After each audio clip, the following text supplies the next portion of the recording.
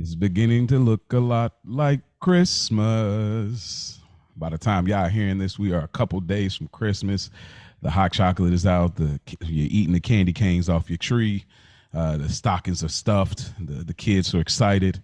If you don't have kids, you're excited, for what you may have gotten for your parent or your significant other, or something you may be receiving. Nonetheless, we're getting closer to Christmas. And what a perfect episode to do today, our last actually Christmas episode before Christmas. This is Childish Grownups, the show. Yes, it's not a podcast, it's the show. So welcome to our show where we're rewatching childhood films with a twist. Doing this show is what makes us Stoop Kids leave the stoop so that we can come outside and meet y'all at home base and discuss films. I'm not alone. Of course, I'm here with Ash Bash and Mia G. How you ladies doing? Feeling good. I'm excited. Yeah, I'm excited as well. This has been so fun, and we're gonna be unlike a lot of podcasts. We'll still be going when a lot of shows shut down around this time of year. The music industry shuts down, but we're still giving y'all product because I believe in the 90210, keeping the nostalgia, the 90210 method. When everybody shut down during the summer and ran reruns, they started another season doing summer episodes. So that's a deep pull for those that, if y'all don't know about that, y'all go look that up, that 90210, that innovation right there. But yeah, we are here, and it's been one heck of a week. So I'm interested to see. I'll throw the ball in your court first, Mia G. You got a childish grown-up moment for this week? Something super, super, super small. So when you mentioned eating the candy canes off of the tree, so I bought, now you have like all the flavors of candy canes that you can get. So Right. I know my daughter, she really loves Nerds candy. So I bought the Nerds kind. I bought some Sour Patch Kid candy canes. And she's been asking for one every day. Mommy, can I have a candy cane? Mommy, can I have a candy cane? I'm like, yes. Or no, you already had one. But then like I'll take one and tuck it for myself Yeah, of and just course. kind of sneak away and hide it. Mm-hmm. So I can like before she eats all these Nerds Oh candy, man. let me hide one for myself so I Mm-hmm. can come back to it later. Are you keep it whole and you work your way through it, or are you crack the handle? No, I like to try not to break it if I can. Okay. That's real patience right there. That's real patience. Like, there's an honor to tearing that up and getting that like sharp. You get it kind of chiseled, working your way through the cane. Yeah, that's good. That's real good, man. That's crazy. Growing up, they didn't have a ton of flavors. We just had the little fruity flavor, and we thought that was like, oh my god, this is not peppermint. It's the fruity. Now, like Yeah. you said, I didn't even know they had like Sour Patch and Nerds, and man, it's crazy. Ash, what about you? You got a childish grown up moment this week? I do. And yeah, I didn't know they had nerd flavors and stuff. I'm a crack the handle kind of girl on the get straight to it. But Yeah. so I watched the Mufasa movie this Uh-oh. weekend. And I didn't realize it came out. I was just like scrolling. I'm like, oh, let me see if I can watch this. So it was pretty good. I liked it. I saw somebody post on Facebook, this is the best movie I've seen in years. Definitely not going that's out the window, but it was a pretty good movie. Okay, do y'all plan on watching it? I don't want to. Oh, okay. Okay. Well. Okay. Yeah. I guess yeah. But it was pretty good. I've heard mixed reviews, so I don't know what my expectation is. Yeah, it was confusing in the beginning. I didn't know what was going on. Because they were doing like multiple flashbacks or whatever. But I mean, it's pretty good. I'll just say that. So once you watch it, Mia, then we can, Okay. Do you feel like it would have served better as animation? Always. For me, I don't like it realistic like that. They weren't as ugly as when they did the first one. Of course, but Puma, they got him looking terrible. He always looks super ugly. I'm like, yo, come on, man. Like, let's get Puma together, man. Like, Timon, he was cool. Like, even the other lions, like, they were looking pretty decent. Mm-hmm. So, but Puma just is terrible on the aesthetics. It's not there. But uh, do I feel like the movie was needed? No. Like, do I feel like I needed that backstory? Especially like I said, they're trying to like reframe our, you mm-hmm. know. So it was all right though. Do you consider it canon, or you say this is just their own creative liberty, but I don't count it as canon. Like this Y- is a Yeah, I'm part of not it. counting it. I would Okay. say it's separate. Like, would I watch it again? Like, if somebody had it on, yes. Would I go out of my way to put it back on? No. So do you still, based on what was seen? I mean, obviously we know the stuff floating out there. So you don't hold it as canon. So you look at how everything played out in the original Lion King movie. That is the true story. This is like a No, reimagining type of thing, or you feel like this was believable. Um, just because of how Mufasa still ended up king. Because the way what I was hearing was like, oh, yeah, he stole it from Scar. But no, like the more when you watch it, you realize how Scar was moving, even in that. My boy earned it. Period. No matter what y'all trying to portray. So like the way the Scar is acting, it'll all make sense. Okay. There's a meme going around of baby boy. Did you see that meme? Mufasa, they said, you gonna pick him this nigga over your own son? Like, Oh yeah, it's they good. crazy. Yeah. So that's dope. Did you watch it alone, or was it with No, Anthony? I watched it with Tyler. Okay. We watched it together. So Was you about to Tell say us something? if you can buy it to stream. I was watching on the Fire Stick. Period. Yeah. Shout out to Fire Stick. We'll take a You know, sponsorship. Period. I watch it all, man. Moana, all that. All that. Yeah, they got the plug, man. Yeah. I had a couple of childish grown-ups moments. One bothers me so much. The ice cream man happened to come through the neighborhood this week, and I was so mad because I'm like, bro, they always come at a random time. Like, I wish there was a text notification like you get for all of the worst things that are happening in the world. You get notified.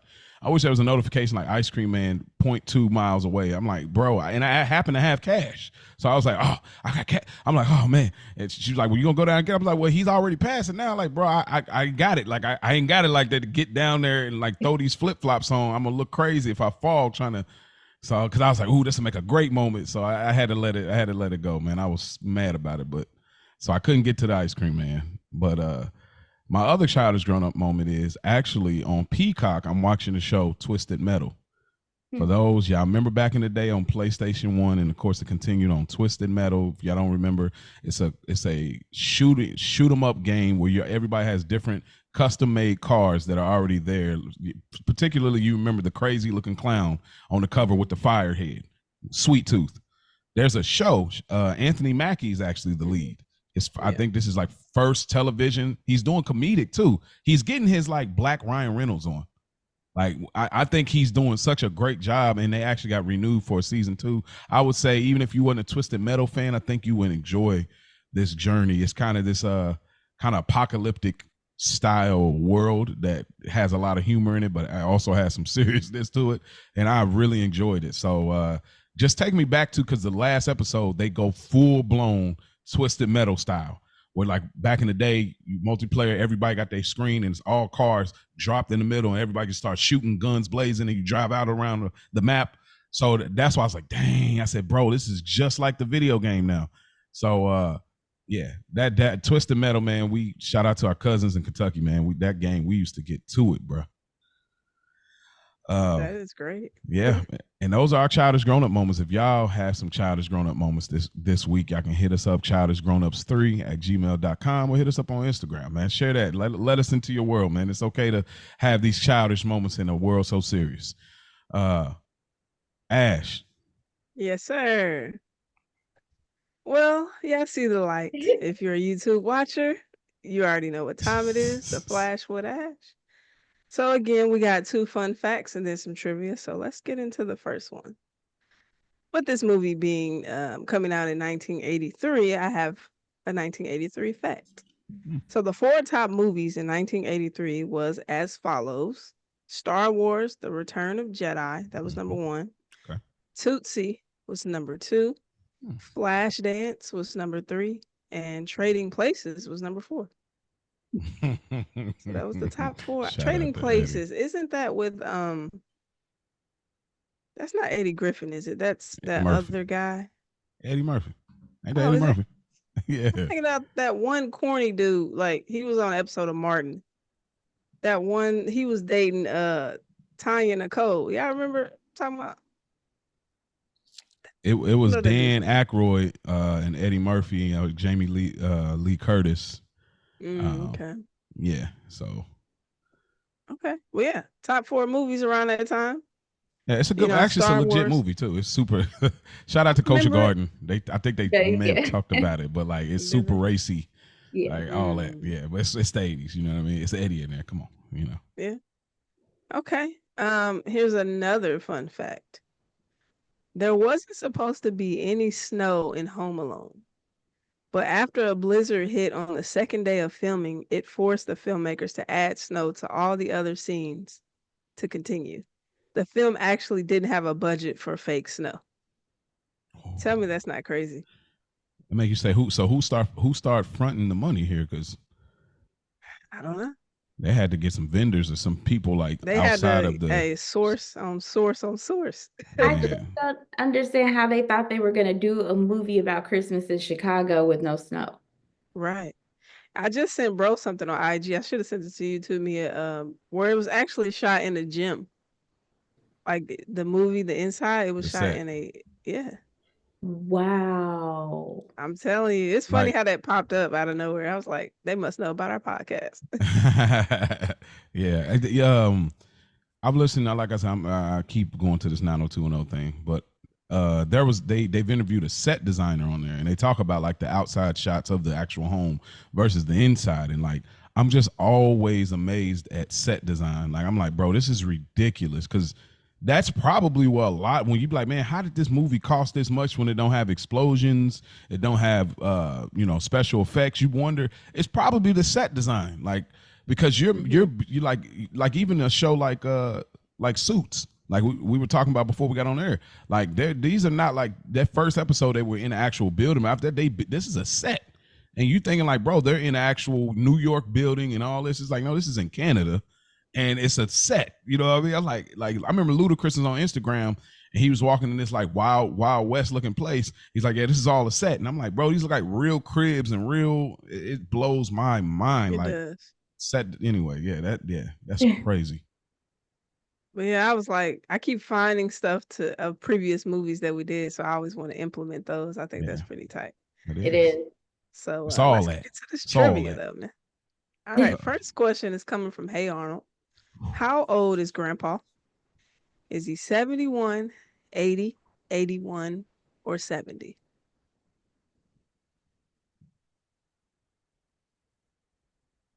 I'm I'm gonna gonna say guess. 71 for me. I was gonna say the same. That is not correct. Oh, He is 81. Ah, hey, Grandpa. He up there. Yeah, I gave him some grace though. Knocked off 10 years. That's what's up. He looked good, right, for animation, right? Hey, man. hey, he still had a lot of motion. Yeah, Right. he did. I wonder how old Grandma was. It's a good question. She had to be younger though. Like she was definitely still Had to popping. be. She was getting her karate on and everything. She had to be younger. Yes. All right. Second one is coming from Keenan and Kel. What was the name of the store that Keenan worked at? Oh my God. Ted's, I know Wrigley's, or Rigby's? Rigby's, Wrigley's, or Ted's? Rig Bees. Okay. Mia G. Oh, I don't know. I feel like, oh, I'm gonna agree. That is correct. Let's get it, huh? Rigby's. Yeah. Yeah. Because Wrigley's What is was- gum. Okay. What was you leaning towards, Mia? Were you? No, I was gonna say that, but I'm Mhm. gonna sound like a copier. Nah, I but I mean, love how y'all one yeah, band, you one like that. sound. You know One what I one mean? band, one sound. Because if this is Family Feud, you know what I mean? We together. So Good answer. Good We're answer. gonna go Rigby, Steve. right. All right. Last question is coming from SpongeBob. SpongeBob is mostly carefree, but it's pretty much everyone has a fear of something. SpongeBob is no different. What is SpongeBob's biggest fear? Plankton, jellyfish, robots, or Krabby Patties? Say those answers again.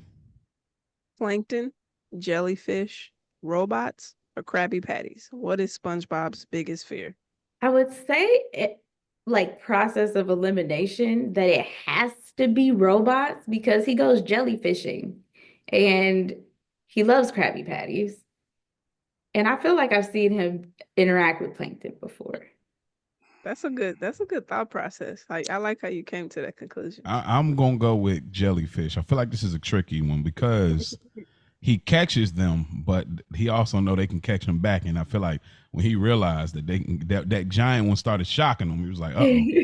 So I don't know. I feel like it's a tricky one. I think Mia got the better answer, but I feel like this is gonna be a little twist. So I'm going jellyfish.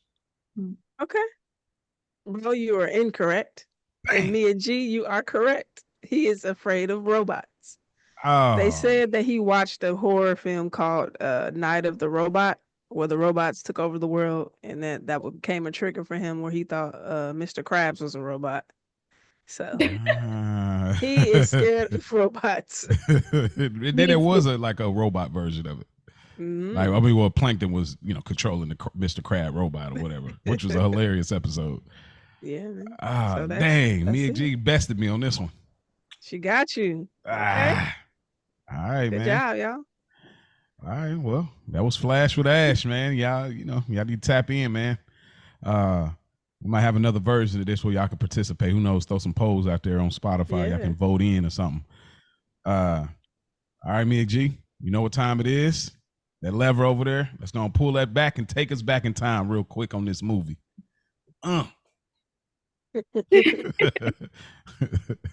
Okay, today we are talking about the 1983 film A Christmas Story. Quick synopsis. In the 1940s, a young boy named Ralphie Parker attempts to convince his parents, teacher, and Santa Claus that a Red Ryder Range 200 shot BB gun really is the perfect gift. For cast, we have Peter Billingsley as Ralphie Parker, and we have Gene Shepard as his adult voice, which is the narrator.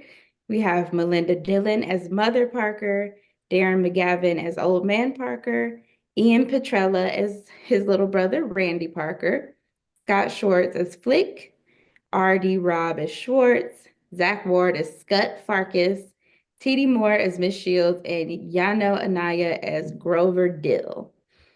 This film was released November 18th, 1983, again, right in time for the holidays. Mm-hmm.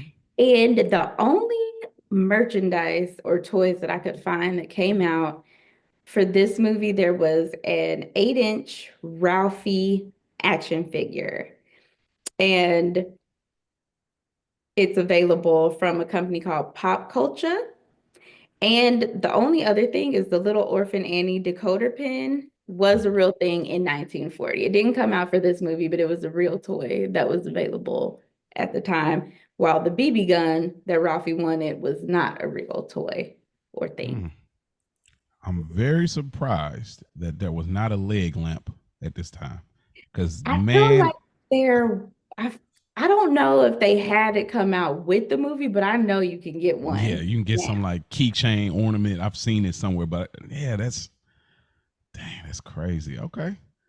All right. Well, since you're already here, Mia G, and you introduced us to a new old film, how about you rewind and take us back to, coming across this film, how it was introduced to you, and the fond memories that you have of this. I know we alluded a little bit at the end of the episode, but we have obviously wait till we get to the official to go all the way into that nostalgia.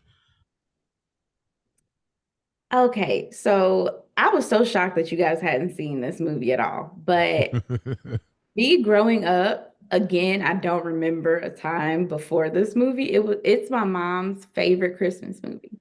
So every year, this is the movie that we watch on Christmas Day. Like even if you have like we watch it like leading up to Christmas, or we watch other movies like the 25 days in December. But on Christmas Day, two things are for certain. We're gonna watch the Christmas Story, and we're gonna watch the claymation Santa Claus is Coming to Town. Mm. But this is the movie that my mom puts on first thing in the morning, Christmas Day, and that's how we bring in Christmas.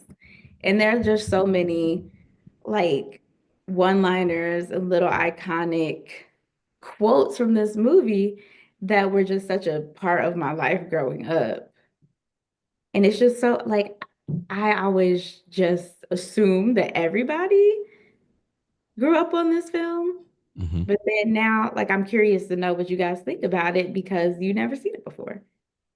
You know why this is your mom's favorite Christmas movie? I have no, I have no idea. I should have texted you and asked that just out of curiosity. I'm gonna text. What is your favorite Christmas movie for the record? Did we say that on her? My favorite Christmas movie? Yeah. No. If I had to choose, it would either be The Nightmare Before Christmas. Oh, that tracks. As it doubles as Halloween and or the claymation Santa Claus is Coming to Town. Okay. Fair. I like that. The deep cuts.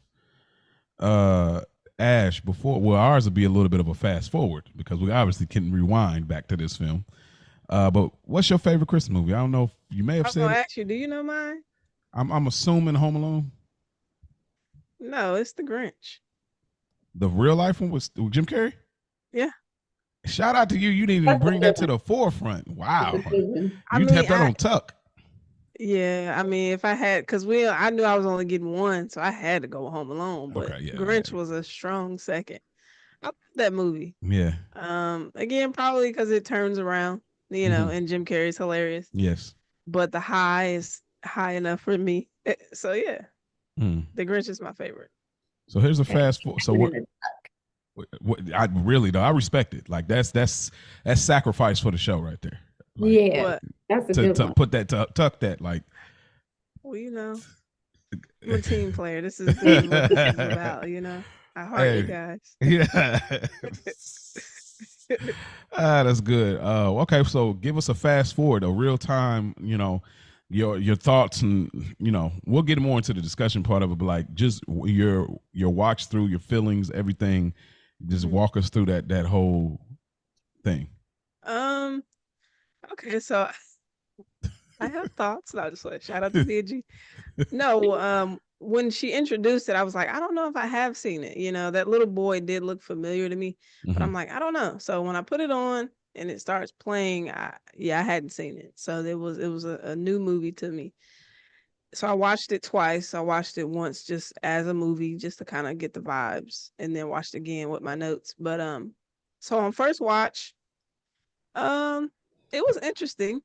It was interesting to me. I didn't grasp right away what was going on. It took me a minute to kind of figure out what it was completely about, because it kind of was just going a few different places to me. It was funny. There was some, definitely, she said, some dark humor, so it was funny. There were some parts that were really funny to me. Some parts that I didn't catch on the first watch that I caught today that was even funnier to me. I was like, dang, I didn't catch that on the first time. So I did pick up a few more additional notes on the second watch.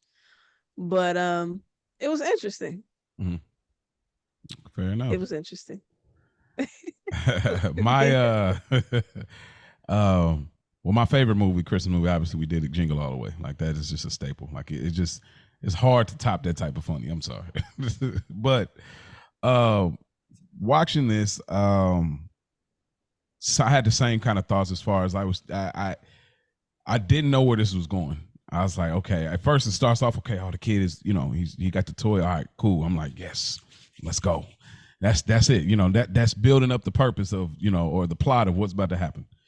But it took a lot of turns that I didn't know. And so probably, first 15, 20 minutes of the movie, I was like, oh man, I'm not going to like this. I said, I said, uh-oh, this is about to be rough. Probably by the 30-minute mark, I'm like, oh, okay, all right. I guess now I'm starting to understand what this is a little bit. I'm like, Start getting 40 minutes, then you start getting the tongue caught on the pole, then it started, the momentum of the movie for me started to shift, where like now I'm laughing. I'm laughing at stuff. And then I'm like, oh, this movie is, I'm like, oh, this is good. This is like, cause I, again, not understanding what is this, like this, and then the backdrop of it being the 80s, and then doing a little research, it's supposed to take place in the 40s. So that put it even more like, okay, nostalgia of, so as I was watching, it kept getting better and better. Then I'm like locked in, and it's like, it's hard for movies to make that shift. And watching this, I found myself really enjoying it as it starts to pick up momentum and I'm seeing what's going on. Because there was a lot of cartoony stuff in the beginning that I struggled. I was like, oh my God, this is about to be.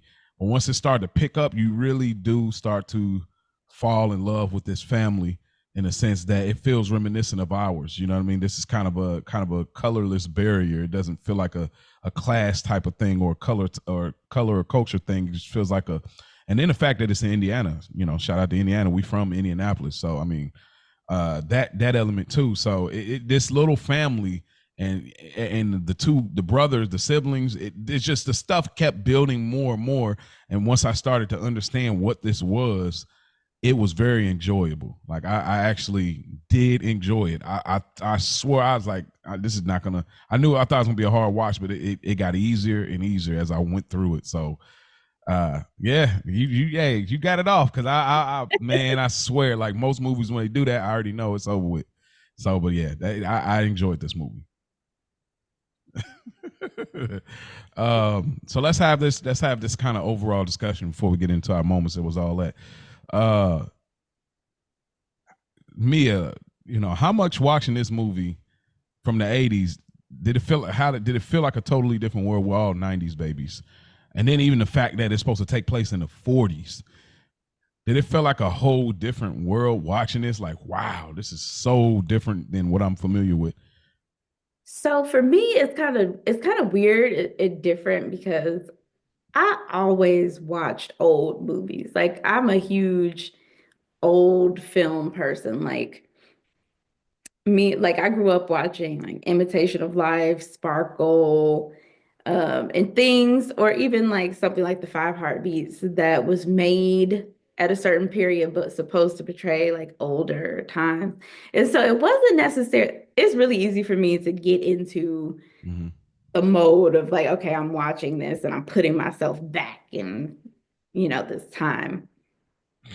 So for me, it was just fun. Like it was just a fun film. And I love it kind of feels like you're a fly on the wall in this little boy's life. And Mm-hmm. it's not necessarily following some big epic story, but it's just him and his childhood and like the story of his most memorable Christmas.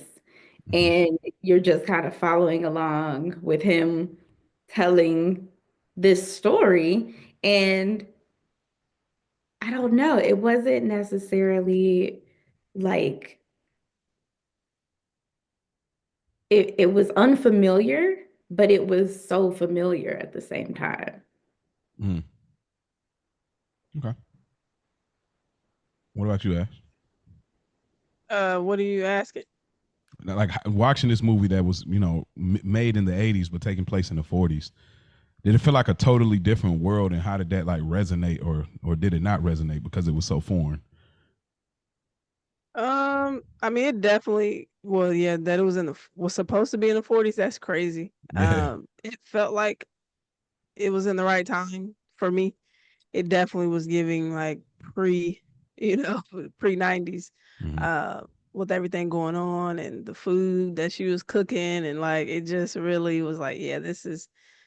And then the brother in that snowsuit, all Oh that. my So like, God. it definitely was, for me. It was definitely giving 80s. So I think it fit right where it was. Mm-hmm. Um, yeah, that's I would say. Yeah. And I'll say Yeah. too, Go ahead. like just to interject real quick, Yeah. because I feel like I kind of tap danced around the question a little bit. But to your point, I think when you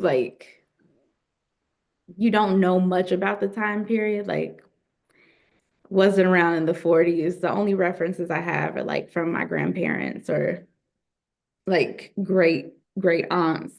And the things that they tell you about what the 40s was like, I could see how it felt familiar in that way because it's like, okay, yeah, it's not how we grew up necessarily, Mm-hmm. but I could see how, from what I've been told, that this is like a great depiction of what it was like. The kids have so much freedom. Like, Yeah. you know, they Oh man. Oh man. walk Ooh, into school with in the snow, dog. and it's, you know, they get in the kid like BB guns and stuff. I don't think I ever knew a kid who had a BB gun growing up, but Well, because of the reason that they said in this movie for us. right. But yeah, so I don't feel like it was a crazy, like, this is a different world type of thing, but it was just like, oh. Yeah. And it's interesting too because we're 90s babies, so we're like the tweeners between pre, internet, post internet. So it's like we're still very much tapped into, traditions as well as innovation.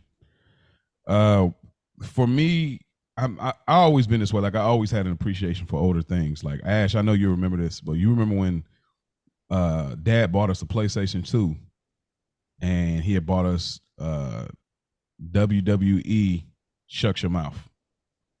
Mm-hmm. And we had it on the dresser, the TV stand. But remember, on the other side of the room, we had our old TV, and we had our 64.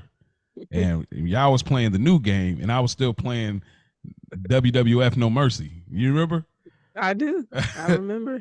And that's how I've always been as a kid. Like I always had appreciation for older things. And watching this, like you just look at the set design. When you look at those kitchens, like there's a YouTube channel I follow of just old historic appliances and things that used to exist that don't exist no more. So just looking at the kitchen, looking at the bathroom, the ugly pastel, even the bar soap, how thick the soap, all of this, like those things. It's as weird as it is. There is a comforting thing. The mall, like how the mall looked, and there's just this comforting thing for me when I look back at moments like these in this film. So it is like world building in some. It's not meant to be because it's like you said, a depiction of the 40s, but it's world building for us when we don't come from that. So it is like how we will look at a Renaissance era of a Game of Thrones, or we'll look at a street element of The Wire, whatever these shows that are like kind of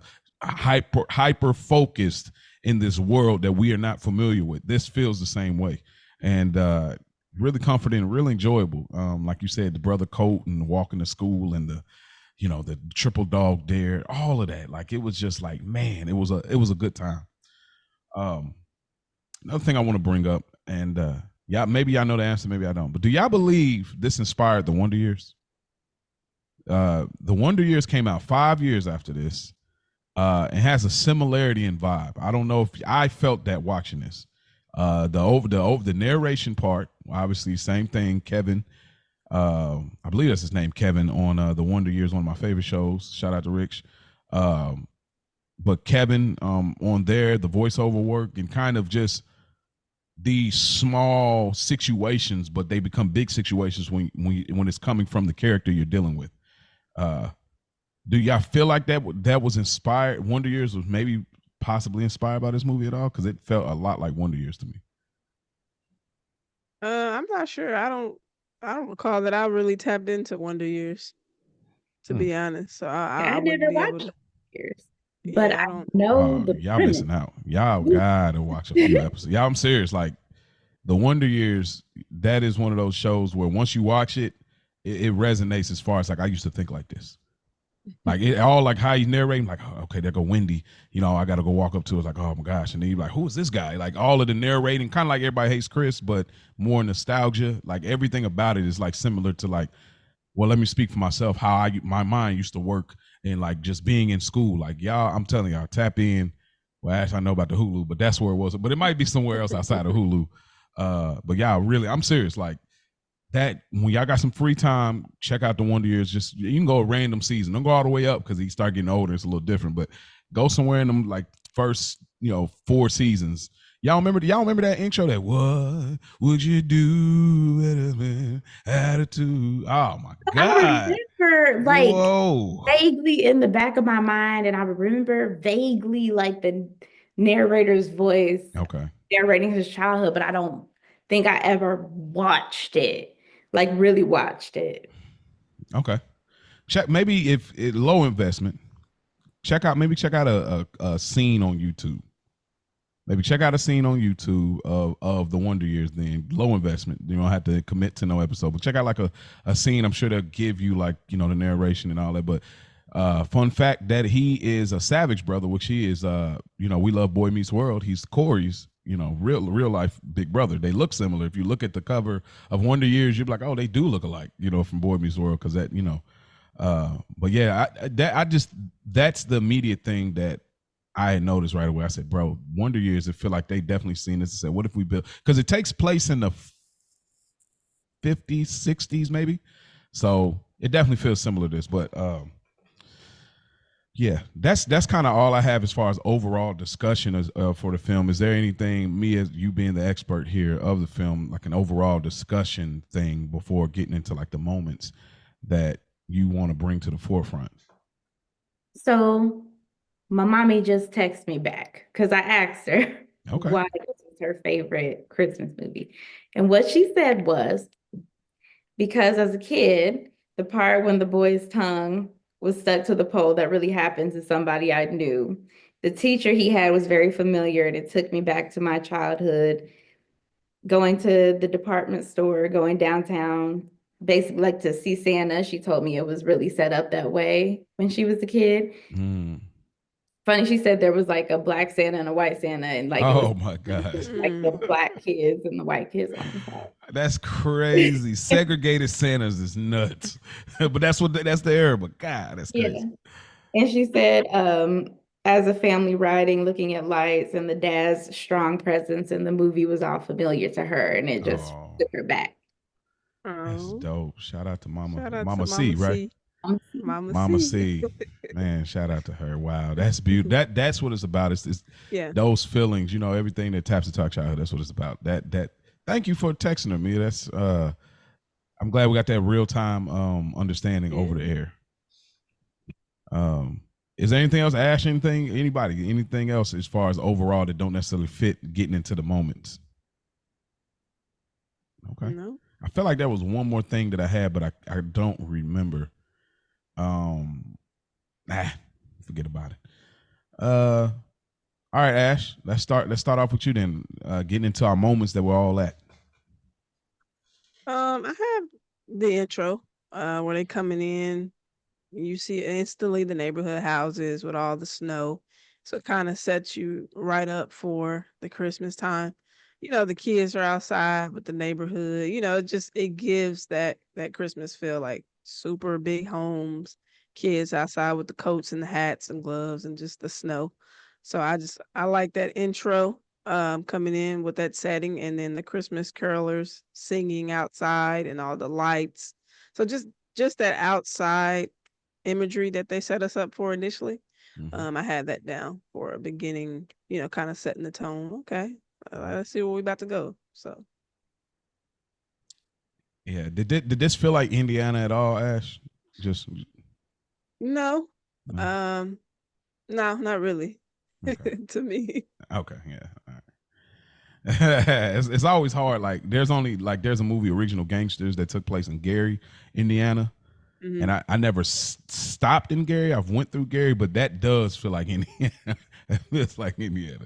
There's probably a few other movies I don't have to mind, but I'm sure some people may hit us up or something, say, hey, this movie was supposed to take place in Indy. But yeah.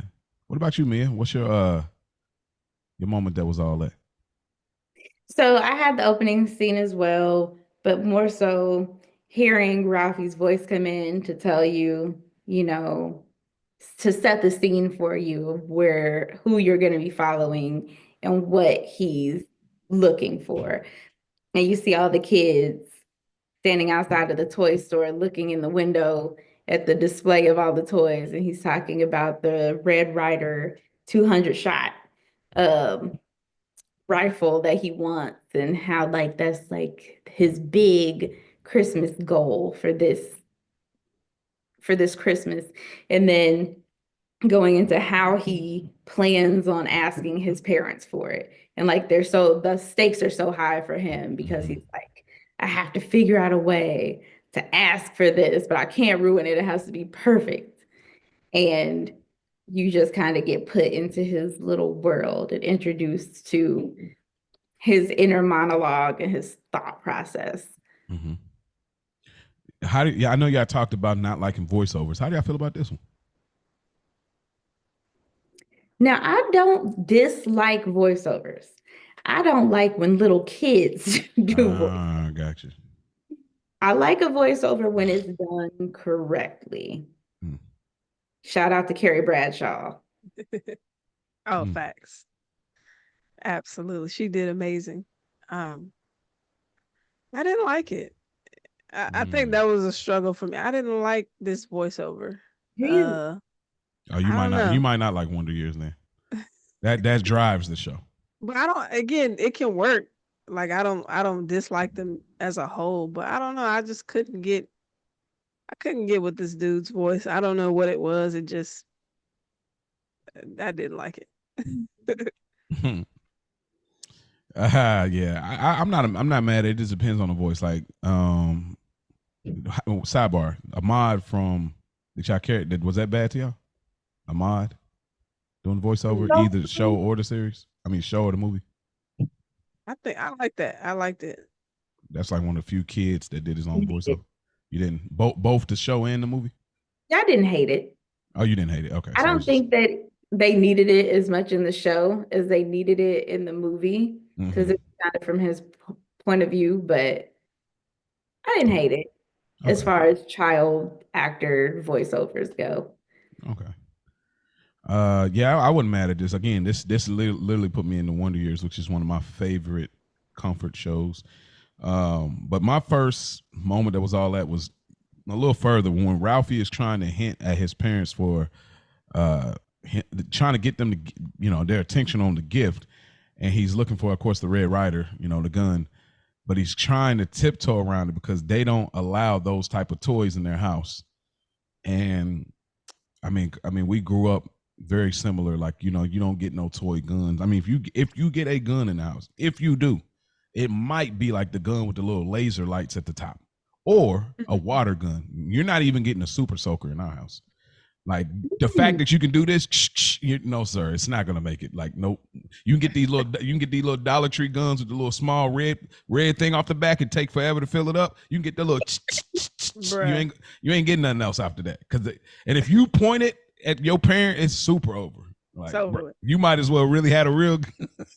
Hey, not having a quality water gun is diabolical.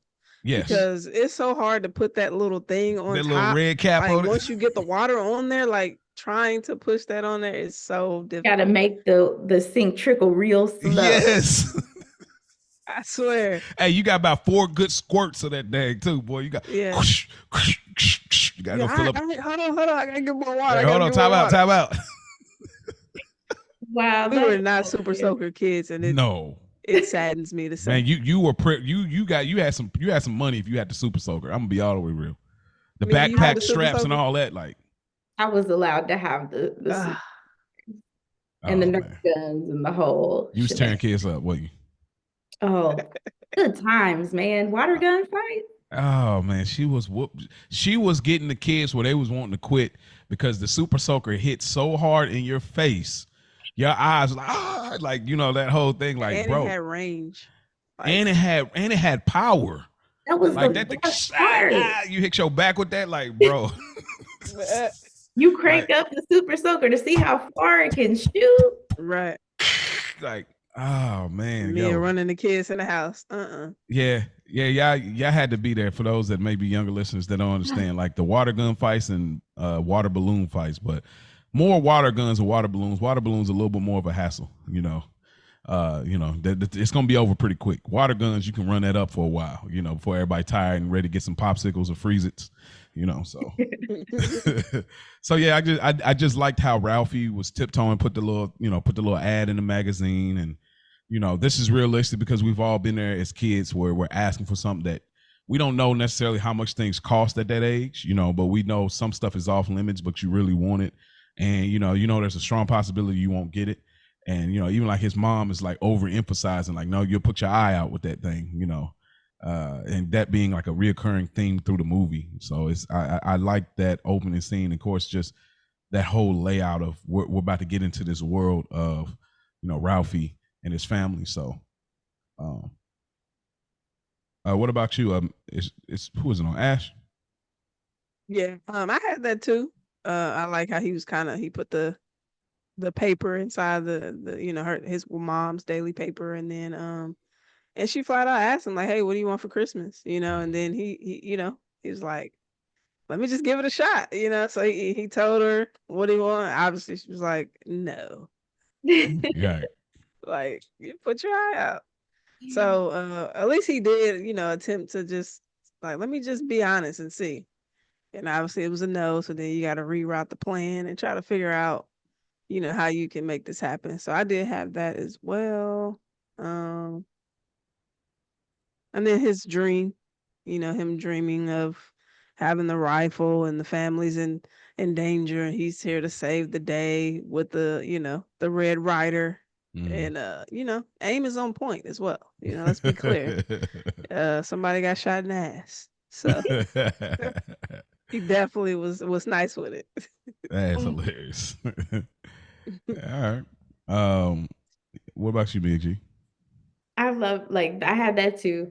Um, but just like his introduction and how he describes his parents, like, you never learn their names. It's just mother and old man. Like, that's who they are. That's the 80s And for you. so it's like you really, really are getting this just from his childlike perspective. Mm-hmm. Everything is from his childlike point of view. How he sees his parents, and he's like in his head, like doing the kid thing, trying to manipulate the situation. Well, I guess I won't get the BB gun, even though Flick is getting one. Like, trying to, Yeah. do whatever he can to put that little childhood manipulation to work. Oh yeah. We're It'll doing work. that. We're doing that. We're absolutely leaning on such and such. You know what I mean? Yeah, like, Flick's mom's gonna get him one. Why can't I have one? That sort of thing. And then you get to see his imagination with like his first little dream sequence that he has, his little daydream. And I have that going into um that first walk to school with Randy in his snowsuit, where you're introduced for the first time to his friends, Flick and Schwartz, and um yeah, their little bad potty mouth kids walking to school, cussing each other out, and just being how kids are when Yeah. grown up around. Yeah. Like, yeah, you smart ass. What did your dad know? And poor little Randy just trying to keep up in his little puffy snowsuit, falling over. And it was like, I don't remember having those type of experiences, but it's fun to look to see it from an era that was before me, because I would walk home from school sometimes, but never in the winter, and never, it was just kind of like a glimpse into this little old school childhood that you hear about. Mm-hmm. Well, what, Ash? I had a sidebar. The first time, bro, you remember the first time we started cussing? Oh man. I don't know. We were older for sure. We went to, it was me and bro. We went to Dollar General. The lady was super rude. The cashier lady, she had this nasty attitude. I don't know. She just had us hot, man. We get home, we're the only two at the house. I don't even know how we got into. I will bleep it. So if you want to give it to him like that, I'll Oh, bleep No, it I'm like not the gonna 90s. say it. Oh, I'm okay. just I'll like, bleep it with the 90s bleep if you want to. no, but Alright. that would be tight though. But no, she just made us mad. I don't know who asked. Was it you or me? We was just talking. We like, dude, had a freaking attitude, like for Like, no I think reason. I Like, think it was me. I was like, I think bro said, you want to cuss or hey, you want to something? cuss? Like, she was like, yeah, for real. She was like, yeah. I She's was like, like, okay. like, go make Hey, sure big mom and bro, daddy ain't here. Like, we looked around, nobody here. Oh man, you like, fat B. like we was Like, just going oh, crazy. we was going off and like how we sounded saying it too. I swear, we was the only two. That was a moment, man. Like Never forget that. Like, we were cracking up after too. Like, oh man, like that would stay with us forever because it was so random. It was like it was so nerdy too. It was like, yeah, you know, childish grown, hey, man. child. You know what I'm saying? Yeah. Uh, But but I got kind of that scene just like a little further back, a little bit back, where it's like preparing to take the kids to school. I swear, like we wasn't like to this level. That's like on some like infant, put your infant in one of these suits. But I still remember a version of that where we're in the big bubble coats. You got the big, the super big, bubble coat. You got the hat on. You might have the scarf, like I talked about, the hood with the snap in front of the mouth. Uh, the sweatpants, some boots. I don't know what kind of boots, you know what I mean? Like I remember just you used to act like bro, you like parents were so serious about you not getting a cold and you would get a cold anyway. Yeah. That's what makes it so funny to me. It's like, bro, like I'm trying to protect, like you got him dressed up like she protecting him from COVID in the 80s. Like, you know what I mean? Like, and she dedicated to keep dressing him like this, which I get at that time in the era, when they're young like that, the medicine ain't what it is now. And it's like, man, he's going to be the worst if he gets sick and I'm going to have to be here, obviously as a homemaker. So, that whole thing was just so good. And, he rushing her and everything, but, man, it still. I like the fact that the mom is, doing what she do even in the 40s, getting them together. It's a hard job, but it's a job that got to be done nonetheless. So, what you Ash? yeah, I had that too. Just getting them, that first walk to school, and one of the friends talked about the dad sticking the tongue on the pole. Yeah, they were just cussing and just like you said, just being bad when no one's around. So yeah, I got that, and then them running into the bullies. Um, if there's anyone before that, I don't want to go too far. I just got Flick getting his tongue stuck on the pole, so I don't know how close that was from. Is the bullies after that, or the bullies before? I can't remember. They're like after school, right? Yeah, they're on the way home from school. Oh, okay. Well, yeah, the pole, I have that too, though. Getting his tongue stuck on the pole, and then like they just leave my boy out there. Like, yeah, in class, the teacher, she noticed right away, like, hey, have you seen Flick? Like, and nobody says nothing. Like, he just out there, tongue to the pole, like. And so she looks out there and she's like, oh, and she runs out there, no coat on, no nothing, just straight out there. And ankles in the snow. right, I'm like, boy, ain't no way. So yeah, I had that moment. Like he was like, even when the friend was like, it actually worked. Like, yeah, your dad told you a story about it, but you low key didn't believe it, and then you're like, oh my goodness. So yeah, I had that, and then the bullies. I felt so bad for Flick. I felt that so nasty pole, man. It was all rusty and gross. It was disgusting. I mean, at least a fence, like at least a metal fence or something. Like if you're gonna do the like dare thing, like triple dog dare, it's like, all right, this fence look all right. It's silver, but like the rusty pole with like that. But like the acting from the child, like that, like was good. Like I felt his angst. You know what I mean? And I just felt so bad for him. And but it's there, and I'm like, dang, y'all leaving your friend behind like that. But Ralphie, through the narration, they had an understanding of the risk of doing the triple dog dare. This is a part of it. And if that part wasn't in there, I would have been like, dang, they like really, terrible friends. Like even at that young age, what are they? What are they? Elementary or elementary? Okay, so I was like, golly, I was like, they terrible friends. Even at that age, you don't leave them behind. It's like, bro, I got to figure out something. But yeah, I just felt really bad for Flick, and it's just an interesting understanding they had at a young age, like. So what about you, Mia?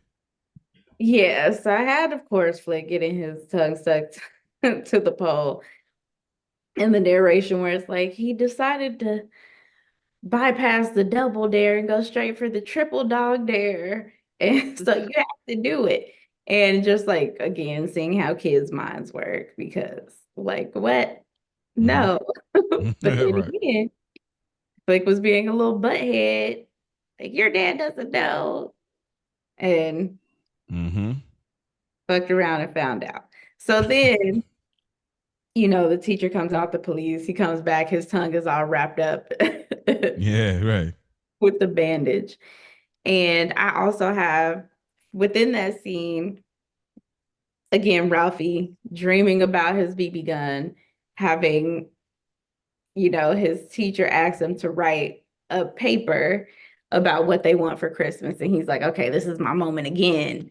I couldn't, you know, my mom said no, but maybe if I make this really amazing paper about it, then my teacher will convince my mom that I should get it. So he Makes has sense. another little dream sequence before they go home. And then, of course, we get into the bullies, Scut and Dill. Scut is such a bully name. Right. What kind of name is that? Scut. And That he reminded me of looks Roger like Klotz from Doug. It definitely gave me Roger Klotz vibes. Anyway, That's a sorry. good Go one. ahead, Mia. he just looked like a bully with the red hair and the Mm. braces and the freckle, like the Mhm. way he would like scrunch That up his laugh. He still looks good though in real life. Oh yeah, can't you Very got it together? fit older dude. Okay. Mm. Was he in the second one? You feeling it? The hair going behind Uh the oh. ear? Look. Uh oh. But I don't know. I never watched the second one because sometimes I think they should just quit touching stuff. 40 years 100%. later is crazy. 40 years. 40 years later. Hmm. Just That's leave it crazy. alone. I'll watch it eventually, but Yeah, let us know if it's worth watching. If it's worth it, I thought about it and I said if it's worth watching, I'll watch it. But yeah, I gotta. We need your expertise on that. We need Yeah. So my next scene. Well, I guess Ash, you can react to the bully since you had that in there too. So Oh. Yeah, just first of all, y'all outnumbered. Like, there's no way. When the shorty come out, is that Dill or Scut? That's Dill, right? yeah. First of all, he got on the mafia the mafia hat. the look. He Yeah. like 3 feet tall. I'm like, It's big. man, we would have wreaked havoc. There's no way. Like, the tall one, okay, we might have a little more trouble, more struggle, but Dill, he's out of there. Like, there's no way. There's no way I'm running from you. Like, so I just was like, thought that was funny. Like, they were terrified, of course, but y'all really had them outnumbered. We could have probably, made something shake. But yeah, that's all I had for that. They were probably upperclassmen, right? They're probably like a grade up, I'd imagine, right? Guy looked like he was in middle school. And that's probably why they didn't go to their same school. They probably were like middle school while they were in Like they maybe been 6th graders and maybe they were 5th graders.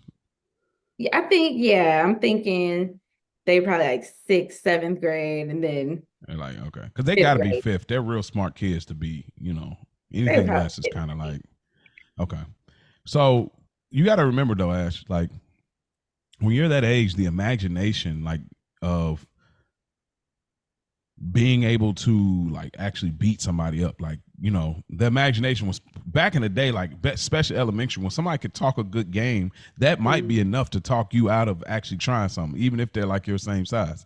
Because in your mind, you can't imagine, you know what I mean? Like, of course, it got Scut with him, so it's like, oh, if I do this, even if I do, it might be worse tomorrow, So that I get where they were coming from as far as being that age, which that's why spoiler alert, but a later scene resonates so perfectly, but yeah, so I see how it gets there, like they were middle schoolers too. I think like, yeah, we're gonna wreak havoc, we're gonna get to it. But as an elementary kid, they're upperclassmen, they might as well be grown men when I'm in elementary, you know what I mean? Like y'all ride the bigger bus, y'all look bigger, y'all clothes look bigger, everything about one you looks bigger. Well, one looks bigger, but the other one's talking mad cash. Like we've seen it as kids. You could be on the court. It could be a little dude on the court, but he talking real game. Where it's like he might know something. Like, you know what I mean? Like your imagination might go to like, oh, they might know something because he's talking crazy. Like he ain't my size, So I can see that nonetheless. But yeah, I mean, I'm with you on that. Well, that's why I have this is my grown up watching the grown up. You feel me? Like this. Yeah. Yeah, the grown up view on the child. Not going. The scene that I got is Now I don't know, y'all might have something before that, but I got the mom getting the little brother to eat. So y'all might have something before that, or The only thing I have before that is only because it comes back into play a little bit later. But the dad, old man coming in, super excited that he won his his little newspaper game. I won a prestigious award. And then the next door neighbor's hounds trying to follow him in the house. And he's like going on and on about what he thinks this prize might be. Like, oh, what if it's a bowling alley? Like, and she's like, how are they gonna deliver a bowling alley? And he's just so excited that he's just like out of his mind about whatever it is. So, whatever he gets, he's gonna be OD about, even if it's something ridiculous, which it turned out to be something ridiculous. yeah. You think about this time, like winning was a big deal. Now we have access to just get what we want, kind of like, oh, I like this as a kid. I got money now. I'm going to get the Power Rangers badge, or I'm going to get the Barbie doll house set with the, whatever it is. Like, but like back in the day, like the access was not the same. So like I won, I'm receiving something. Like it was a huge deal. Like, when I seen that, I got it. It just resonated in my heart. Like, I understand where this man is coming from. I won. I'm getting something, especially in the 40s, So yeah, I don't know. You said that, and it just, when I watched it, I was like, I'm happy for dude. Like whatever he get, I'm with you. Like, yeah. Let me go on, I guess when we get to that, we get to that point. But yeah. Yeah, I had that too. Just the excitement. Yeah, it's coming from Western Union. Like he was too geeked about it. His telegram, all that old school talk. All that old talk. Hey. Tell her what? Right. Oh yeah, this must be French or something. He said fragile or something. Fragile. Fragile. Yeah. Fragile. She was like, it says fragile. Like what? But yeah, so just the excitement of that, and then I mean, he going outside, a little more to the left, like trying to angle it, and the neighbors is coming out, and she's just so embarrassed. She put her hair over her face. Yeah. She is so embarrassed. Yes. I loved every moment of that. Yes. And it's the 40s, so you imagine how risque Yes. that leg lamp was. Ralphie looking at touching the leg, like, oh yeah, like he getting all the way. He getting all the way up to the bump. You know what I mean? I'm going all the way to the bump. Like, hey, chill, bro. Yeah. Hey, look, there was no internet, so this leg lamp right here. Getting to it, buddy. I feel things. Nah, I thought it was so fly though. Like I was like, man, this lamp would totally be like something I would have somewhere. Like not to that size, but like a miniature desk lamp version of this, like a next to the Charlie Brown Christmas tree, like these little miniature things that kind of give nostalgia. So that when I seen that, I said, oh man, shout out to Mia. Because I said this right here, I just literally in my mind, I was like, shout out to Mia, because this is such a signature thing this far back into film. I was like, oh, that's crazy. But yeah, it was funny. Like, oh yeah, we gotta save power, turn that off, and I mean, I know we'll get more into like the leg lamp and stuff. There's some hilarious stuff to it, but all right. So then the moment that I had that was all that was, like I said, the mom getting the little brother to eat like a pig in order to eat, and like I said, of course the leg lamp. And I just said, bro, look how big them boxes was in the 80s, bro. Man had to get a crowbar for an Amazon package, bro. Like in the 40s, I should say. I'm sorry. You talk about secure. Like there ain't no returns on whatever we send you, because they got the level of security on those boxes. Like, bro, I was like, wow, man, look how far shipment has come.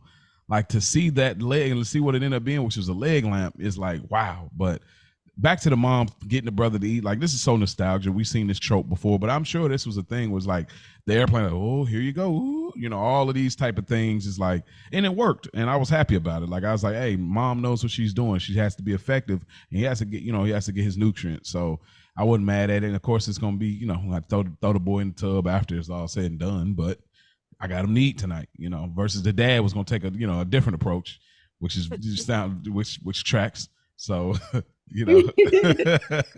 So shout out to the moms. Moms be knowing.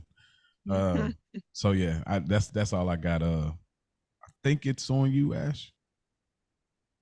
Yeah, he was cracking up eating that food like that too. I was like, that is so nasty. But hey, I mean, if that gets him to eat, Yeah.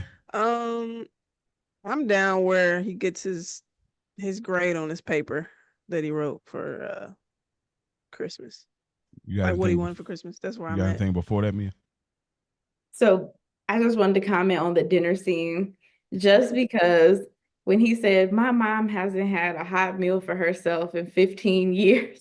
And every time she would sit down and pick up her fork, hey, can you give me some more? And then she'd be like, okay. And then she'd come back, hey, can I have some? And she would get back up. And I was like, listen, Ah man. I had that too. that's Yeah. not the most relate. Like, it's to the point where I just stopped eating when my kids would eat. I was like, once they're done and cleaned up and in bed, I will eat after, because having to get up multiple times while you're trying to eat is so frustrating. And I was just like, oh, triggered trauma, PTSD. Facts. But after that, I think we talked about the leg lamp and fragile. It sounds Yes. Italian. Like that says fragile. Oh. Um, and so what I had before that was when they went to go Christmas tree shopping, and on the way home, they caught that flat tire, and he's out there helping his dad with the tire, and he slips up and says, "Oh, fudge." Only he didn't say fudge. That was such a great written moment too. Mm-hmm. And then, of course, he goes home. Like they get in the car, and his mom just freaks out about it because he said, "I said the grandfather of all bad words, Yes, he's right. F dash dash dash." And then he has to go home and clean his mouth out with soap. And he has a dream, the whole daydream about being blind from soap poisoning. You what scene did you have, Ash? I'm trying to make sure I'm following the right because I'm I writing real. had that too. I thought when he got his grade back, I thought that was after. Um, no, I said it is after, ain't it? Where Mhm. he gets the C on his paper. Yeah, that's like the next scene. Oh, okay. But yeah, I had what Mia had with the flat Okay. tire as well. Yeah, you throwing the bolts in the bowl and bolts go everywhere. Oh Well, man. really, it wasn't Ralphie's fault. Like, Hey, I think his dad put his hand up and then boop. And in this moment, it was like the dad, he wasn't so strict or so stern. Mm-hmm. So I didn't think maybe he won't tell the mom that he slipped up and said that. You know what I mean? When he got back in the car. Mm-hmm. Um, but yeah, he's like, you know what your son just said. And then because he kind of seemed like he was kind of cool, like he might let it ride. Mm-hmm. But no, he didn't. And of course, Ralphie got the thick bar soap in his mouth, disgusting. Um, and she was like, Who'd you hear this word from?" And he lied, of course. Oh Um, man. what's his name? Who he blamed? Dang, he what is was that? short. Yeah, I Yeah, think. Schwartz. Yeah, called the mom's. First thing she says, well, he Oh probably man. got it from his dad. And she was like, no, he heard it from your son. What? And Oh. then she started whooping his ass. Hear that I was beating on the like, other line. dang. Oh Like, my gosh. Like, what'd you think was gonna happen when you told that lady that her son too is using profanity? Oh man. So yeah, got that boy in trouble. And then like just her trying the soap herself, like she probably grew up, this was a thing for her, but she never actually maybe had to do it. And she's like, let me see what this actually feels like, tastes like. Nasty work. isn't it such a sign of the times? Like they can Yeah. get away with the being on the other line, and you hear the Mm-hmm. lady like just go into town on her child, or the like, Like like like that, like you said, a sign of the times. Like there was a thing about parenting in our era and even before where it's like there needed to be evidence of punishment, right? Like if you get in trouble in school and your parent had to come up to the school, they're gonna give you a little yelling in front of the teacher or the principal. That's like because I need them to see the evidence of discipline is on the way. Like it's like you been acting like what? Or they might give you a look and be like, okay, and what else they been doing? Like, so now it's that connection where they know I'm going to do something. And so even seeing this being on the other line, like, oh, come here and just start like whooping him like crazy on the other, like, bruh, that's why I said this movie crosses boundaries of it when you talk about films that color don't really matter, this is one of those films because that felt like a black mom on the other side of the phone getting to it with their black child. Like it this is like that's why this movie just like resonated so much. It's like wow, like that was so like, oh, you did what? All right, and I mean, what a sacrifice. Like he couldn't even really sleep at night because like you really sex your man's up like that. And that's how you used to do back in the day. Like you get caught, you didn't realize the code yet of like, I'm not supposed to bring anybody else into it. Like that's what, see, when you got smarter as a kid, when you got smarter, you start saying, I don't know. What do you mean? I don't know. You better say something else. I mean, you better, I don't know. I don't know. Like that. Hey, That I don't know. We ran that up to the highest. I don't know. I don't know. Like, bro, you don't say, boy, it's over with. That's still gonna get your ass whooped. you still gonna get a whooping, but you held you did the Denzel glory. See, you held it in for as long as you could, like, but that's when you got smarter as a kid with your loyalty. Was like, no, I'm not gonna, because then when y'all because that's the thing about this friendship here. Once he does see Shorts again, like we get over stuff so fast as kids.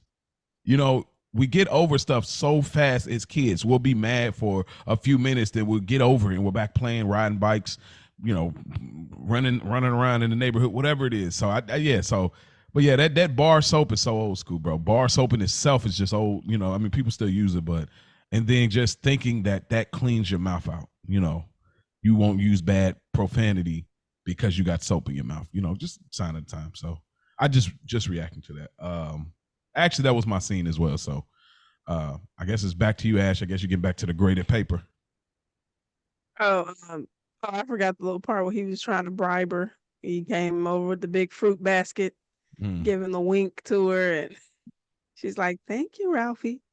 Happy New Year. Like, have a seat." Like, Yeah. Like he really worked hard on this paper, bro. Like thinking that he was truly convincing her. Yeah. That this Hook it up. was right. So come on, spread the word. Let moms know everything is cool. We're gonna be good. No, same message. You'll shoot your eye out. So gets a C+. He's devastated. His world is shattered. Like if he couldn't get the teacher on his side, I mean, there's no way to convince at this point. So yeah, got a C on it, and he's all in his feels and mad, and then of course runs back into Scut. Scut. And it's game time. Now I'm already reached a level of frustration, and now you bothering me, bullying me. And so, he had that inner rage, and he let it out, and he was whooping Scut. And he was not stopping. Took his moms to come out to pull him off. Kids was just looking. I mean, he just, I think his eyes was closed. Who knows? He just swinging at this point. Dude started getting bloody in the nose. And I'm like, dang, ain't nobody gonna get him off. I mean, nobody stops you from bullying the bully. You know what I mean? Yeah, Ralphie. Beat him up. Yeah, where your man's at? Right. Where's Dill at? Dill came over. He knocked him out too. Like, man, get out of here, bro. Teach your man how to squabble. Right. So yeah, had that scene. He was just all, frustrated. Everything was a build up. So I had that. You got that as well, Mia G. So I had like right before the you know what? I don't know if I put this like if this is before or after, but I had this scene where the mom breaks the leg lamp and the dad is trying to put it back together. and it crumples, and she's just back there Oh, laughing. bro. I felt the dad right there. He was hot. I Because why felt, would you put this leg lamp in my front window and facing the street? yeah, for the 40s, that is like really like what y'all got going on in y'all house.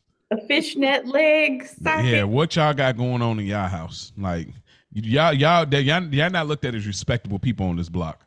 Like for Shout sure. out Like to in the the 40s, fishnets. you say what? Fishnets. Shout out to the Like fishnets. the fishnets is extra sexy in the 40s, and Listen, y'all and got the the funniest part was like she did it on purpose, but she's like, I was just watering my plant Right. and it just fell over. He was like, "Where's the glue?" She was like, "We don't have any more." He was hot. diabolical. That is diabolical. But I The just had to, burlesque leg. that's kind of like an honorable mention scene. That's Mm-hmm. all. But Fair. no, going back, I had in my notes Ralphie beating the brakes off of Scott. Like if I'm not in the mood was a person because he just got that C on his paper. They threw that snowball at him. He's like, I'm not in the mood. Now I just gotta, you gotta see me now because I'm like, I've had it up to here. I'm done. Mm-hmm. I'm not getting my BB gun. Mm-hmm. Like I'm having a bad day. Now you gotta get it. I'm sorry. I'm thinking about something like you say that. Go ahead. My bad. No, but yeah, that's it. And then of course, poor little Randy picks up his glasses and goes against mom. And Dad's gonna kill Ralphie. Oh man. Well, I got that scene as well. It just takes me back to like that rage as a kid. I had that type of rage. Like I know he raged out in that moment, but I remember seeing red and being mad like to that degree. Like not like nonstop like punching and all that, but mad enough where I'm trying to like really hurt you, like Incredible Hulk style. And seeing that was like it brought me back. Like, bro, I remember like that temper problem and all that, and then just like that was I was laughing when you were saying that, Mia, because there's that moment where you got those angry tears, right? It's building up. And I mean, if there's ever a phrase in the 90s for a 90s kid, we've all heard this before with the tears coming out and the struggle voice. Leave me alone. Leave me alone. Leave me alone. Like, bro, that's what you do. That's what, like, you're about to chase them down, whatever it's about to be, and I'm fighting. Leave me alone. Like, that's what you do. Like, even now, if you hear a kid do that, where you like, hey, what y'all doing over there? Like, when you hear kids and somebody like, leave me alone, stop. Like, when you hear that, you know it's about to. So when I seen that, that's the first thing I thought of. I was like, yo, Ralphie definitely had to leave me alone moment. And yeah, beat the brakes off of Scott and the respect level. And it's funny because he's not even doing it for respect, but now it's like, yeah, leave us alone for real. Like no Yeah. more of that, you know. But even then, he's not even concerned about what I just did or I'm out rep. He's like, bro, dad, again, talking about infrastructure back in the day, you know, in the 40s, 80s, 90s, whatever you wanted to be, the infrastructure of what the dad meant in the household. Because we all knew it was like, I'll get spanked by mama. I know what time it is. It's gonna hurt. I'm not gonna like it, or I'm gonna get punished, whatever.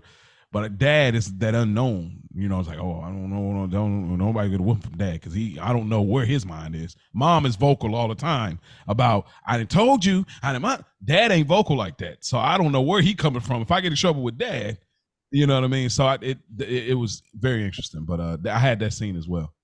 Um, I guess it's probably going into you probably have to go into the next scene too, Ash. What is that? The Santa where he Well, goes? no, just continuing into like that whole thing, that whole sequence where like Ralphie staying still crying and he's at home, and then of course the little brother Randy is like under the cabinet, and they're both just having an emotional moment because they like when dad get home. Oh, I mean, not really. I did like obviously the mom kind of saved Ralphie in that moment. You know, like he said, from that point on, me and my mother's relationship changed for ever. And like, cause she knew too, like you said, this having something happen like this is crazy, and he probably was gonna get it. So she was like, "Oh, you know how boys are. He got into a little fight because he was like, what happened today? First he said, where's his glasses? She pulled them out. Oh, you left these on the I forgot what she said, but you had left them. So she gave the glasses, and then he's like, oh, you got into a little fight. You know how boys are. She made it very, very minuscule, Very but diet. right. So and he kind of then she started talking about what, the football game or something. She was like, oh, don't so and so play today, and so kind of get his mind off of what she just said about the fight. He's like, oh yeah, what I mean. So I like that. She kind of just like, I had a talking to him, and she handled it. It didn't need to go any further. So I thought that was really cool. And then he thinks of one last shot to try to get that Red Rider, because they're gonna go to the Christmas parade, and he's like, oh, I can tell Santa. And so yeah, that's where I'm at. Did you have that? What did you have anything before that, or was you in that scene as well? Or No, I was just gonna say shout out to mom for smoothing things over the way only mom can. only. Just, don't even worry about it. Yeah, shout out Baby to. already had a bad day. We not even about to do that. Let me, oh, just have a little, just boy stuff. You see the Browns play the Ravens? Okay, cool. Just and Yeah, dad just, oh yeah, just completely forgets all about it. So because it shout out, is. Shout out to because it is. Dad is like that. Like, okay, you ain't tripping. I ain't tripping either. right, like, oh, no biggie. Yeah, Cool. but But there's. yeah, I'm sorry. Go ahead. no, I was just saying, like, that's all I had for that, and I was just going into going to see Santa To at the mall. the mall. I'll say that there's this interest. Okay, this because this film is about this little family. And they have their own. They have a quirkiness about their family. There's this interesting unit about how they do things, but they're very it's very wholesome in their own way. Dad is a little cartoony. Mom is a little bit more stable and structured. Dad going down there fighting the pipes and winning leg lamp prizes and but dad tells mom about him saying the cuss word, and then mom tells dad about the fight. So there's this constant communication as parenting. It's like, hey, look, we got to do it. She don't want to do it, but she has to do it because you don't want to you don't want to leave any room for infiltration for us to go separately because I didn't know that. Well, you didn't tell me this. Well, you didn't tell me when so there's this small thing that's happening there, but I love that she, like you said, shout out to the moms because she smoothed it over. So I just thought it was interesting how they both told each other and they stayed in the loop with their kids regardless of what's going on and where their focus is at the time. So man, simpler times. So Yeah.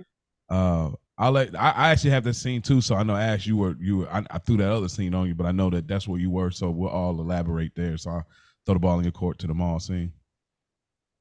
Yeah, so they get to the mall. It's a long line trying to get to Santa. I guess it looks like they're finna wrap things up. Cause Santa's not very friendly, and neither is that helper, that lady. First of all, if you ever grab my son's wrist, the way she was grabbing them kids, tossing them on Santa's lap, and the other dude turning their leg, like, why every kid that get on this lap is crying instantly? Like, what's going on? You know what I'm saying? They're crying instantly as they sit on your lap, bro. So that's the A freaking wrist look like this was and then like so got this going on, bro. Like yeah, like dude, she grabbing that wrist. I'm like, come on. Like she definitely hit her with the here. Yeah. Man, Would like a pair be bad? Like yeah, like that helper, she would have been done for sure. Oh man. You've been going down that slide. But anyway, so then Ralphie, it's his turn. He sits up there and then Santa's like, either he's having like a vision at that moment or it's looking real weird because like the way they were showing Santa, like, what do you want? Just doing all that weird zoom in they were doing. Yeah. But he said like a football or something. So he didn't say right away what he wanted. And they was like, oh, they finna sit him down the slide. He like, he climbing back up. And he said, what do you say? You want the Red Rider or whatever? Uh-huh. You shoot your eye out. Oh, Then Oh, he go kick her with the boot. That's I said, that's crazy. disrespectful, bruh. This the 40s, bro. It's He so put the boot like to the forehead, like, crazy. Hit him with the soft foot tap. You know what I right. mean? But yeah, so I thought that was funny, and that helper lady, she was insane. But yeah, couldn't be me. man, that's one of the things I love so much about this movie. It's like it's just does not hold no like punches as far as like being gentle with these kids. It's just very much reminiscent of like why our grandparents might be a little bit more rough around the edges because Yeah. they were not spared coming No, up. no, no. But I thought I had that too. Um, just like the way you see how kids see a mall Santa and he can be scary. Like it's just big Mm-hmm. red face with and he's looking like completely frozen when he sits on Santa's lap. Like he's so intimidated. And it kind of like makes his mind go blank until of course they're about to push him down the slide and he's like, no. And then of course, you'll shoot your eye out, kid. And you see that big boot just coming. That is And so then good. again, he's got his last little missed opportunity for his Red Ryder 200 BB gun. And you think that all is lost. Yeah.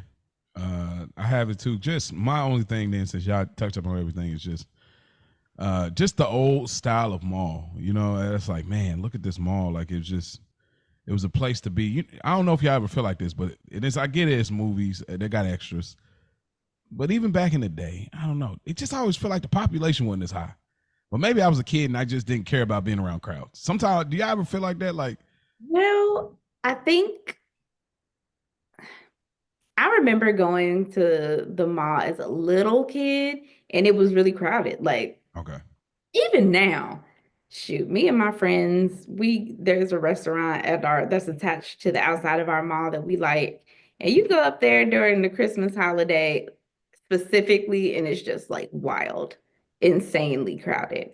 And so I think, and then you got to think too, back in those days, they didn't have online shopping. So if you had to get something yeah, for Christmas, you had to go to the mall to get true. it. If and so it was super duper packed in the Mm. mall back then. Whereas as we started to get a little older, you had online shopping, not as much when we were kids, but more so like you A can little way. catalog shopping. Um, and then you could go into the store early and have stuff delivered to your house later. Even if you couldn't get it online, you could go to the store Hmm. and buy it for like delivery.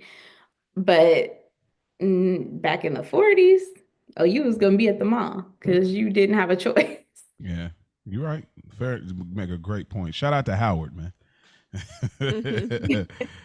uh, um, okay, Ash, what's your next thing? I only got one scene left, so Yeah, I have well, I have the Christmas week and they wake up, but I have that part where the dogs come in and they tear the turkey up.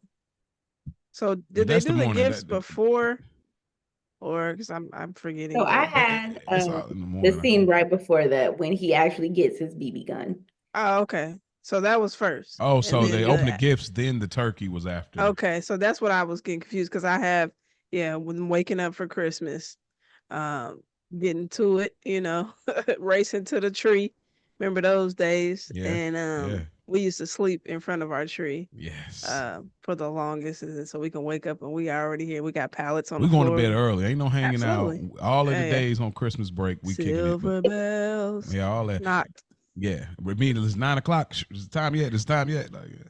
Try to get up early as possible. Mm-hmm. Knocking on their door, mom and daddy, can we open presents? Right. Like, So, but then you got the whole day. It's like, dang, I probably could have if I waited a little yeah, I longer. know. You're like, dang, we opened it mad early. Mad early. But yeah, so them waking up, opening their gifts. Of course, they open one gift. It was some socks. They look at each other like, we don't need those. Mm-hmm. But you really do be needing socks and drawers. Like that's really a essential thing. Sure, I need But them as a now. kid, What you're you talking not. about? I don't care nothing about it. Um, And then Ralphie, the mom's like, open the gift that your aunt who? Aunt Clara. Aunt Clara got you. She always puts so much effort into yo, he opens it up, got the pink bunny suit, like, and then the narration comes in like, first of all, I'm a boy, Damon. Okay, like, why did you keep buying me girl things? Like, I'm 9 years old. Like, there's nothing going on here. And then the mom is like making him try. He like, I don't want to. She's telling him, go try it on. She worked so hard on it, bro. Why are you making me put this on? Like, that had me hot because you can see what it is. Oh, this is what she got me. Try it on. What? But Tries it on, that's does it down. realistic though. Like it may not Bro, be. You might wear something that like you don't like. That, I'm like they not might putting it on. wear a sweater or something. You like, bro, I don't even wear sweaters. I like t-shirts and jerseys. But you Yeah, know, it's but like, this yeah, is it's different. ridiculous. Like, this is a pink bunny. It's Like, extreme. come on, And man. shout out to Dad because he's like, he looks like a pink nightmare. He'll take that off. Yeah, shout out to Shout out Dad. to Pops. So Man. yeah, I got that, and then him finally getting his Red Ryder 200. Yes. And I in that moment I didn't know. I was like, maybe the mom had gave in and they just, agreed together. So in that split moment when he opened it, I was like, and her face was like, oh, the dad went ahead and got it. I didn't know. I thought that was an agreement. So I was like, wow, okay. So Pops went ahead on a solo mission. And he's like, I had one when I grew up, Mm-hmm. She's like, I still think they're dangerous, but so I thought that was cool. I like that. Yeah. And after, like, to piggyback, so he gets his BB gun, and then what does he do? He goes out there, shoots, backfires, knocks his little glasses off, and it gets a little cut on his cheek. He's like, oh no, I shot my eye out. So everything he did to get Yeah. the BB gun, he still ends up hurting himself as soon as he shoots it. But in true child fashion, let me think of a really quick lie. Okay, icicle fell and knocked my glasses. And you see him like, okay, let me put on some tears real quick. Because he Yeah. goes, icicle fell in my cheek. And she's like, those icicles are known to kill people. He smiles at it like, I did Yeah. it. Listen, that stuff is So so good. Like cause we would do that. Like when our parents told us not to do something, we went ahead and did it and we end up getting hurt or getting the worst side of it. I don't care what, if you hit your knee, whatever it is, boy, you cut your leg. I don't care if you cut your, whatever it is, you better act like it didn't happen because I cannot let them know they were right in this moment. And it's crazy because he hit his left side of his face, but the right side of his glasses was cracked. You know he what I mean? stepped on his glasses. Right, but like they're not putting the two together. Like, Oh, this. right. So I was like, even then, it's like just real slick. Get ahead of it like that. I was like, man, if you paying close attention, like, okay, wait a minute, you know what I mean? But he got it off, and But anyway, go ahead, Mia. Sorry. No, yeah, that was it. I just had that because my only other scene is right, the next one with the hounds and then how they end up at having Christmas dinner at the Chinese restaurant. Man, that And is that is an iconic scene. That's like yes. one of the most famous, iconic, they would never get away with that now scenes. Oh And yeah, yeah, that was crazy. Oh man, that was crazy.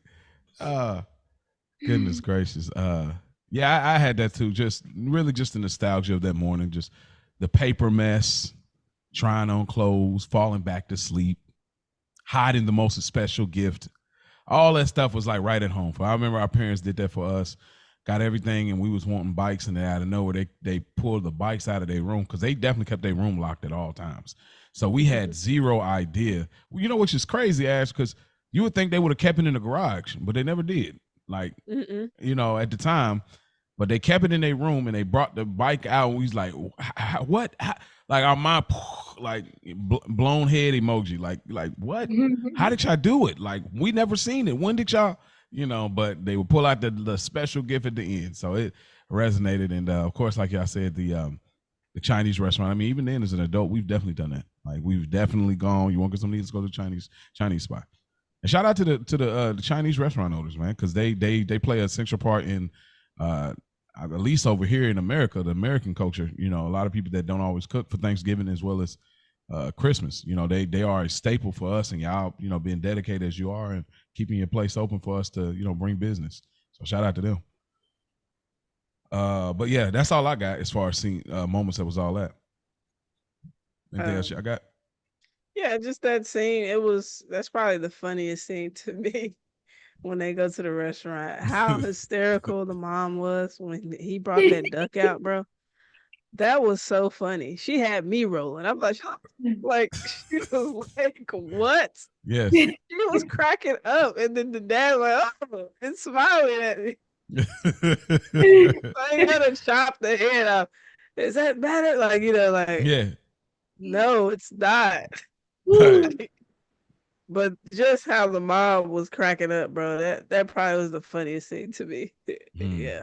So I like that. And that's it. Yeah, that and then the the guy singing Deck the Hall. Oh yeah. Rah, rah, Oh rah, my rah, gosh. rah, rah, rah, rah. And the owner Oh, coming out like, no, sing it like this. And oh they man. just they couldn't get it. And I'm like, that is one of the funniest things I have ever seen in my life. Yes. And the mom just cracking up at the table. Because sometimes, like in this case, she just spent time making this huge Christmas dinner. Dad's trying to sneak turkey, and she Yeah. knows every time he's in there, don't touch that turkey. The hounds come, eat Hmm. the turkey, and now we gotta have Christmas dinner at this Chinese restaurant. What can you do but laugh? Like Yeah. this is like one of those situations where it's like you gotta laugh just at Hmm. how ridiculous the situation is. Hmm. But it's those moments when things don't go right that make some of the best memories. Yes. And this is why the movie it grew in momentum from like all the way up until this point, like that dog's eating up the food and the dad about to get salmonella because he want turkey. You know, when he won't even let it like cook for real. Like in this whole thing and how frustrated he was, and now he's saying the curse words, so we get the call back. You know, and you know, like you said, the restaurant. This was like they're laughing. This is awkward, but they're still a family. Randy sleep like, come on, Randy, come on. You know, all this is just like you really got dropped into the middle of something as this family, which is why I think for me again, I'll keep saying it, but like Wonder Years feels like this movie, but over expounded episodes, so many seasons of it, it feels like this movie is you just dropped in this family element of this family's this family, and every family has their own version of this. So, uh, man, what a movie! Ash, character you relate Yes, to or sir. identify with? I had the mom. Again, I probably relate to a lot of moms in our movies, but just all the hats you have to wear, the cooking dinner and just make sure everybody else is good, sometimes putting yourself on the back burner to, make sure the household is good. Just can relate, having a lot on your plate, doing so many things. But just used to it. So not even like in a complaining type of way, but just kind of this is how we get down. So yeah, definitely relate to the mom. Mm, okay, what say you, Mig G? So I also relate to the mom, and I feel like in the same way as Ash, like you just like it, any mother character for the most part, because Kate from Home Alone, nah, girl, bye. Yeah, Like I right. relate, but still. But Hmm. no, because I did relate to Kate, but whatever. But no, you relate to the mom because it's like trying to get your little one to eat or not having a hot meal, like all the things you do to just keep the family running and keep things afloat. And it's just all in a day's work. But I also relate a lot to Ralphie because like just seeing a movie like this where you really get like a actual kid's perspective and it's not Hmm. watered down. You see the kid doing all the things the kids do that they're not supposed to do, the cussing, the Yes, yes, manipulation, the lot like, and you're like, he's not a bad kid, he's just a kid. And you're like, I remember being a little kid and remember all the ways that I had to try to get what I wanted, thinking I was smarter than all the grown-ups and I was, just very imaginative and living in my head and in my own little world. And so I just related so much to that, which is another reason why I think I love this movie so much, because it just really is a movie from a kid's perspective of like what childhood is like. Well, you're gonna love the Wonder Years then. I guarantee it. Like if that's the way you feel about this, you're gonna love the Wonder Years. Bro, I'm promoting the gonna have to Wonder check No, it I'm Years. out. serious. Like it's one of them shows. Like it's so heartfelt and it feels so on par. And she'd be like, "Oh, I like this," and like the crush element of it, the friendship element of all of it. This movie, that's like an expounded version, a little more updated, but still like, yeah, really, really confident. So when you get time, hopefully you watch it. It's hard to. I ain't gonna be pressed about pushing. Like, hey, did you check it out yet? But yeah, it's one of them ones. For me, it's Ralphie. You know, he's a flawed kid. It's a little different from our last, really last three family Christmas movies. All of those sons on there, they were pretty, ideal for the most part, I guess. Well, I guess Kevin wasn't, but you know, uh, but Ralphie was such a flawed kid, but he still was a pretty good kid overall. Like he did put the suit on, he did learn his lesson, he put the soap in his mouth, he didn't call his mom a dummy, you know, um, and he just gets real comfortable when he's not around his parents. And what kid doesn't? He also it seemed like he also had a little bit of a temper problem at that moment, and that kind of felt like how felt as a kid. And of course the big brother aspect, being a big brother, like I did feel like he was lacking a little bit, but he's an elementary kid, so he's not quite connecting the loyalty aspect of this is my baby brother, just leaving him there, in the snow. But at some points he was like, come on, Randy, and even Randy just like, no, dad's gonna kill him, and that connection they had. So definitely Ralphie. Like I really connected with Ralphie. Just not being this perfect kid, but a kid nonetheless that I respected.